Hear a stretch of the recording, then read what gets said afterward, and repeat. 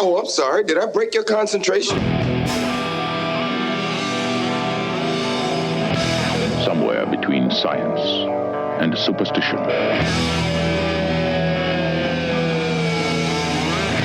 We have such sights to show you.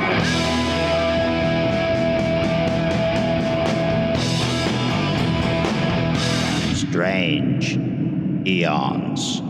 Welcome to a Strange Eons radio mini episode, guys. We're doing this in the middle of the week so that we can kind of give you guys options of something maybe you didn't realize what was happening. So that's Eric Margaret way over at his house. Hello. That's Vanessa Williams way over at her house. Hello. I'm Kelly Young. And so we're not going to get into all of the crazy stuff. These things we're going to try and keep down to about 10 minutes and just kind of give you options you might not have thought about that are available on streaming services.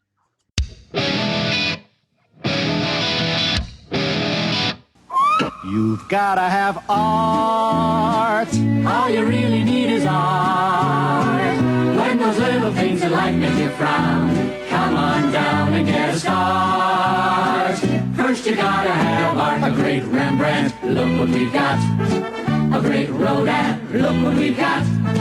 A great museum, look what we've got.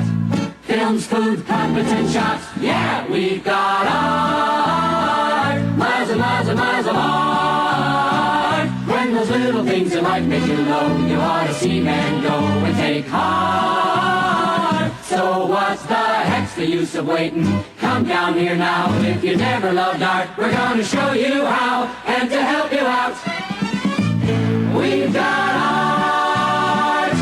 You gotta have art. You gotta have art. Yeah!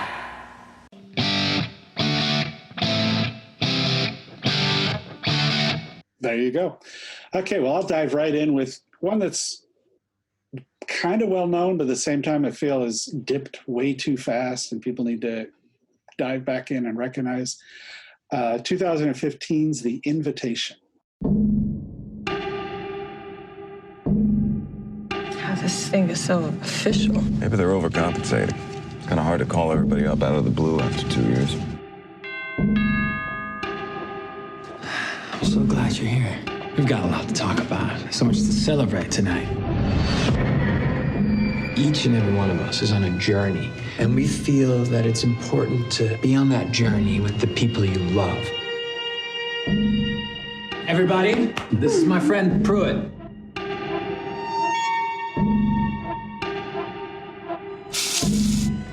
Bars on the windows and new. Security. Safer. You've been acting so suspicious of our hospitality. Well, Jesus.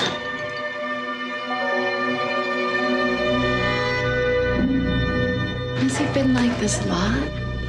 So agitated? How has he been handling things? He can be self-destructive. I think he's doing the best he can. Something doesn't feel safe here. We don't see you for 2 years, and then all of a sudden, we get invited to this lavish dinner. Don't tell me that this is normal. What do you think is happening, Will? This beautiful moment is upon us. Tonight is the night our faith is made real. Why is this happening?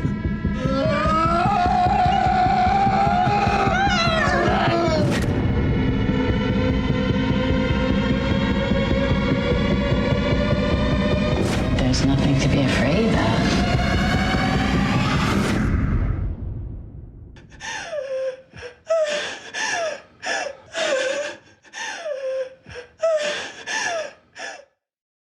So good. It's so good. Oh my God, I love this movie so much. It changed my life. I'm embarrassed to admit I still haven't watched this one. Oh, man. Oh, good. Then you got one to watch. Okay. This is, Rotten Tomatoes has it at 88 critics, 70 for audience. It is on Netflix, so it's very easy to find. Right. Directed by Karen Kusama, who did Jennifer's Body and Destroyer and The Man in the High Castle. It's a very, very good, very well directed film. Holy shit. Written by Phil Hay, who wrote Clash of the Titans. And all 3 ride-along movies. So he must have written the remake Clash of the Titans then. Yes. Okay. Yeah, I was totally thinking that too. I was like doing the math. Like, wait a minute. Yeah. I'd say, and he also wrote Destroyer, another one of Karen's other films. Fun. And she co-wrote Destroyer with him, if that gives you an indication of probably who's pulling the weight here for these films. Yeah. It stars Logan Marshall Green, best known for by us as the lead in Upgrade. Or not Tom Hardy. This is the first movie I was like, that guy kind of looks like Tom Hardy. That's started it all for me. As I like to refer to him as Tom Hardley. Hey. I don't know. He's kind of stepping up into Tom's territory. I'm enjoying him more lately. Yeah, he's done some good films. He's in, maybe I shouldn't say this one next after I said that, but he's in Prometheus and Devil, and had a fairly big role on 24. Also stars Tommy Blanchard, who's Into the Woods, Empire State, Deadline, all the TV you could probably imagine. Michelle Husaman, who's a Y50, Fringe. So it's a great group of actors. The idea is a group of people get together for a dinner party, hosted by the lead guy's ex-wife. So there's some weird drama starting out already there. But this film goes nowhere you expect it. It is wonderfully inventive and bizarre and strange. And although there are expected moments, there are also moments that you're like, what the hell's, whoa. The acting, directing is uniformly phenomenal. So that's my recommendation, The Invitation on Netflix. Nice. I'm going to have to check this out. Okay. I'm going with the Netflix edition too. It just finally dropped on Netflix, and it is called The Girl with All the Gifts.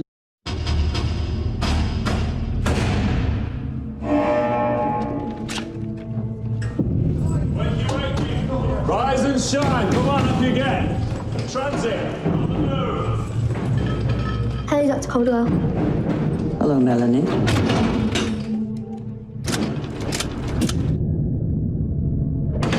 Morning, class. Good morning, Miss Justina.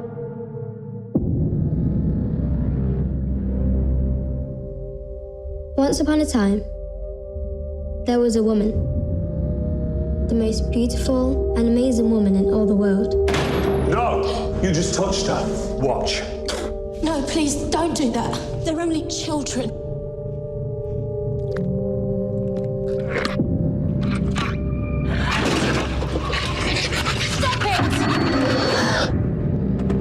One day, she was attacked by a monster.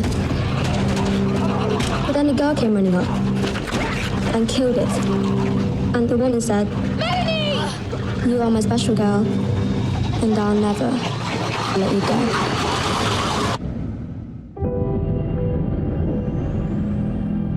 She saved me, and you're still afraid of her? Yeah, and you should be too. I am producing a vaccine, and she is the main ingredient. What am I? Hope. That's what you are. I just want to live. Everyone wants that. She loves you. The hell is this? The world is falling apart. You can save people, Melanie. You can save everybody. Oh my God.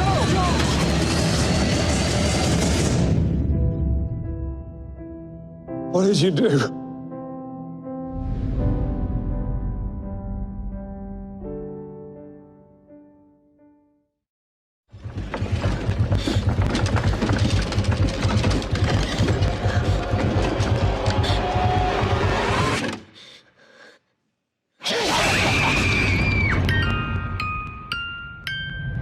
You guys remember Excellent. this one? I do remember this. Mhm. This is a groovy little zombie story, and you know that zombies are just about my least favorite genre, and I fucking love this movie. It's really fun. It's directed by Cole McCarthy. Cole McCarthy is a Brit director who's just done a ton of British television. So he's done The Tudors, Ripper Street, Doctor Who, Sherlock, Peaky Blinders, Black Mirror. And then I don't know if he's got other films, but this is his big film. It was written by Mike Carey, which is interesting because this story started off as a short story that Mike Carey wrote. The short story got such a nice response that he wrote an entire novel based on the short story. That got picked up then an option for film, and they asked him to write the screenplay. So I don't think this happens very often. No, a writer getting that much love, that's insane. Yeah, and he changes the movie from the book, and he's just one of these writers that kind of understands like the format. Yeah, that look, all the shit I put in the book, that's not going to work as far as a film goes. So he was able to figure out what did work and all that stuff. He also created the Lucifer comic that DC had, that or Vertigo, that was really cool and then made into a really, really bad television series. This stars Gemma Arterton, Patty Considine, Glenn Close, who is just amazing in this because she plays the heavy, and the little girl is Senna Nanua, who she is really the star of the show. She is, we learn, a zombie in this new world, and the reason I like this movie so much is these zombies don't act like the zombies you've seen anywhere else, and the military is trying to train these children zombies to help them figure out what is going on in the world. So they're doing all these horrible experiments on them and all this stuff. The movie basically opens up with all of this going wrong and a group of survivors and this little girl having to flee. And it goes from there. It's a really, really neat movie. It's got a surprising amount of heart in it for a horror film. It's about a relationship between this little girl and her teacher, I guess you'd call her. And it's just a movie that I think is really solid, that doesn't get enough love, and it is now available on Netflix. Excellent. That's fantastic. Yeah, a really good choice there, and I'm glad to hear that it's made its way back into streaming, because I think I saw it on streaming and then it disappeared for a while. It was on Prime, and then it went away. Yeah, it was very strange. Yeah, definitely. So my pick is also Netflix. Man, it's going to be a good week for Netflix. No kidding. And I decided to watch recently Daybreak. Buzz, buzz, Hornets. It's another gorgeous Glendale morning where it's always 82 degrees of opportunity. I look at you scholars and I see infinite possibilities. So don't wait to throw yourself into becoming the best you that you can be.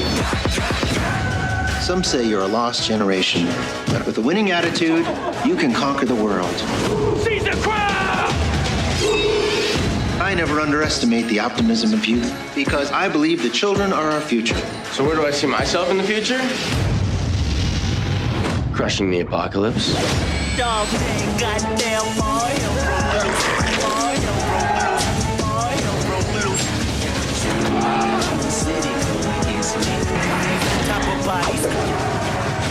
Strap in, douche waffles. Shit's about to get weird. Like the whole city go against me. And you thought we weren't gonna have any fun in the apocalypse. Shame on you. Check yourself. Yeah, it's a 10 episode series, and it totally passed me by at the time, and I feel like it probably passed a lot of people by, because the way it advertised itself, it felt like really like you should be in high school to get anything out of this movie, this show. It's just super like poppy and like Mad Max ripoff and blah, blah, blah. I was like, I have hours of time I'm not using. Let's see if this was any good. And I'd actually read the comic, because I was like, here's a comic at the library that's like based on the show, or the show is based off this. And it's a very weird comic where it's just like a stick figure like during the, post-apocalypse, just walking around. And I'm like, I don't know how you're going to translate this into like the commercial I saw. it's super fun. Like it was such a surprise. I was so happy to discover this little gem.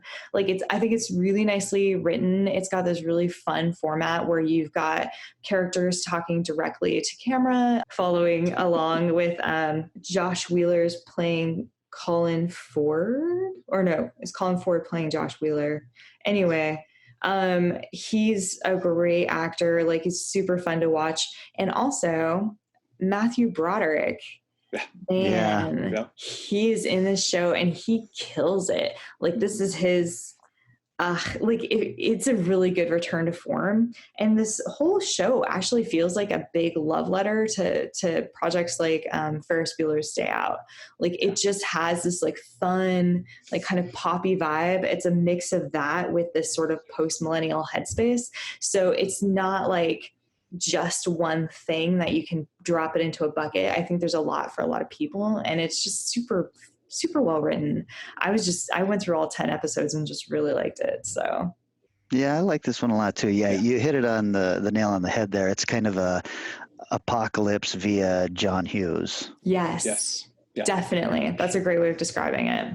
It is a lot of fun and really interesting, and they do some weird, crazy fun stuff. They do. In fact, I actually almost forgot to mention this. It's directed by Michael Patrick Jan and 4 other people, of course, because it's a show. So there's a bunch of people. But he did Drop Dead Gorgeous, and he did 42 episodes of Reno 911. Oh, so I think that has a lot to do with that feeling of like kind of fun to it. So I'll knock off one of the key criticisms I heard right away. So if you watch it, you just get over it. Mm-hmm. Yeah, we know it's not terribly realistic, and there's a lot of shit that goes on that if the apocalypse happened, we probably wouldn't still have power. We probably still wouldn't have functioning malls. Yeah. Get over it. Yeah, totally. Just and watch the damn show. And don't worry, they'll say like they'll be surprised. They'll be like, "Wow, this place has electricity." Done. Don't worry about it. The rest is we don't need to know. It's for some reason it's working. In theory, because a lot of the like zombies are just doing the thing that they were doing like in life. So maybe there's a bunch of people running the power company somewhere. There you go.